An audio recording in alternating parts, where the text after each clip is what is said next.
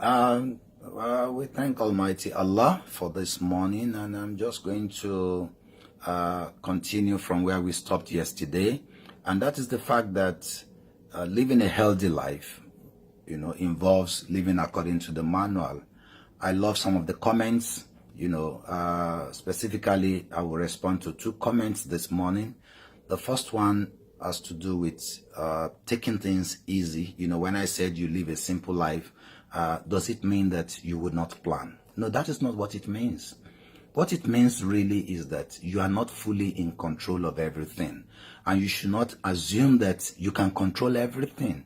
Some live the life of perfectionists. A perfectionist is somebody who believes that I can perfectly, plan and do this. You are not in control, one, of your arrival in this world. You are not in control of the heavens and the earth. You are not in control of natural disasters. You are not in control of what others will do. You did not choose your mother. You didn't choose your father. You didn't choose your family. You did not choose your complexion. You are not in control of your physiological being. For example, you are not in control of your excretory system, your respiratory system, your reproductive system. There are systems in your body, thousands of systems that you know little or nothing about. You are not really in control. Then you don't choose when you arrive in this world. You can choose what you want to do, but you cannot choose what others will do. That is why, because we are not in control, we live according to the manual, because we are in an examination hall. That's why, as a Muslim, there are things that you can control. For example, what you can control have been identified in the manual. The Quran tells you why you are in this world, what you have come to do. That is why I said that when you are setting your objectives in life, what you want to achieve in life, ensure that your objectives are in tandem with the objective of your Creator. Your Creator, for instance, has informed us, I have created you to serve me. I've created you to worship me, which means that whatever I give unto you, use it to seek my pleasure. And religion is about goodness to others, really. What is religion? It's about goodness to others. If you look at Quran chapter 4 verse 36, it tells you, be good to your parents, your father and your mother.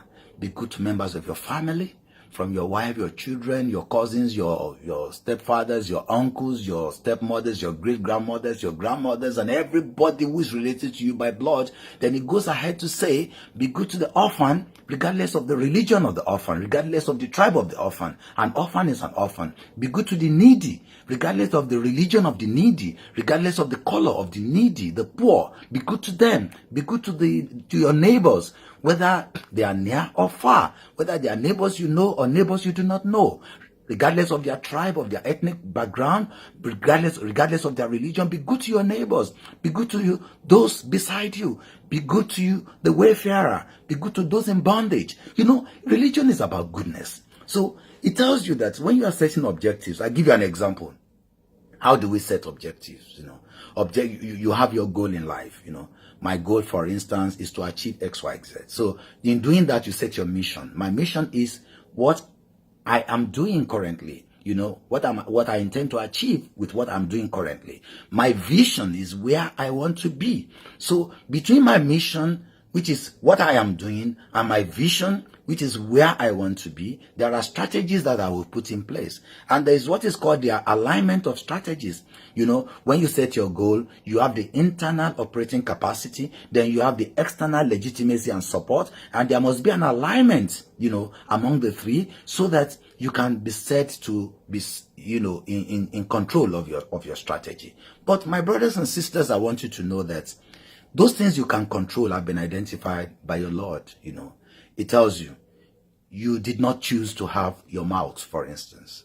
I give you the mouth. And in the manual, I state clearly what you can do with your mouth and what you must not do with your mouth. I tell you, you speak the truth with your mouth. You spread my good words with your mouth. You help people, give good counsel, good advice with your mouth.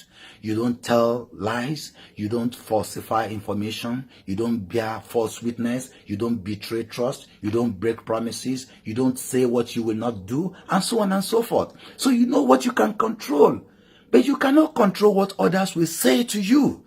What you do when others say whatever to you. Like Quran chapter 25 verse 63 will tell you that the real worshippers of Allah, they are those who When they pass by the foolish, they say salam, they say peace. No matter what people do, you are in control of your own response, So I'm going to conclude by telling you that you have not really failed. And do not allow anyone to use such adjectives, How do you determine that someone has failed when the examination is being conducted by God? The day of judgment is not here. Stop using the word I have failed. You have failed because of the false objectives you set for yourselves. You set wrong objectives. In life, I must be this, I must be that. No. You will be only what God has chosen for you to be, regardless of how, determined you are. You can drive your car, but you cannot drive the other car coming across the road. I urge you not to take God out of your life. Be prayerful. Be prayerful. You are still in an examination hall. You are the examinees. God is the examiner. He chooses the examination questions, and the questions are different. He chooses to try some people with wealth. He tries some people with poverty, and it begins from your brain. He gives some people soundness of brain. He gives some people Downing syndrome, Those who have been given the soundness of brain are not better than those who suffer from brain diseases. They are not better. Each person is being tested by different yardsticks.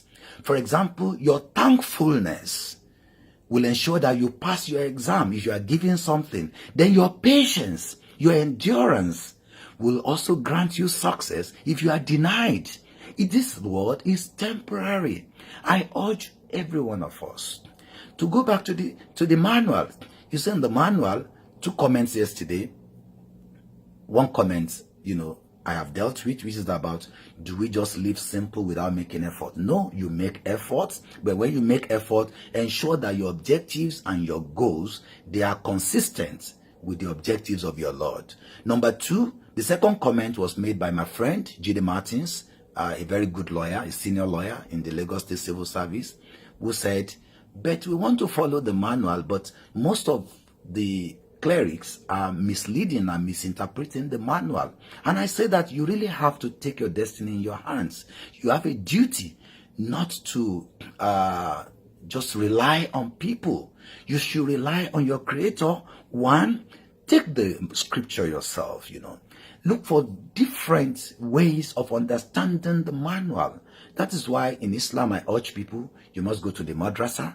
You must spend time to learn the Quran. You read the Quran. You memorize the Quran. You practice it. You put it into practice, because the only thing God preaches is love, integrity, personal integrity, self-efficacy, honesty. Live a truthful life. Be good to people. Be good to humanity.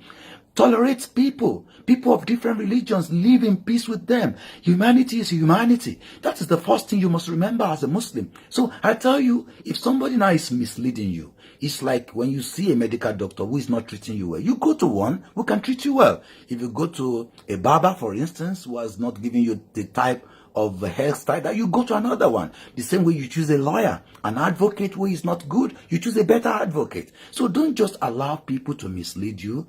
Lead yourself into goodness. Grab your copy of the scripture today and take charge of your own life. My Facebook page, is Dr. Abdul Hakim Abdul Latif. You also have one without doctor, but the one with doctor that has over 35,000 followers is the one I really want you to follow, to like, and then to give me your comments. I want to learn from you. And, I'm still far away in America, and I enjoy every day of my life here. And I pray that God will bless you. I have just discovered that there's no place like home. Nigeria is so good. It's a blessed country. We will work hard, all of us together, to make it a better place. Thank you. Assalamu alaikum.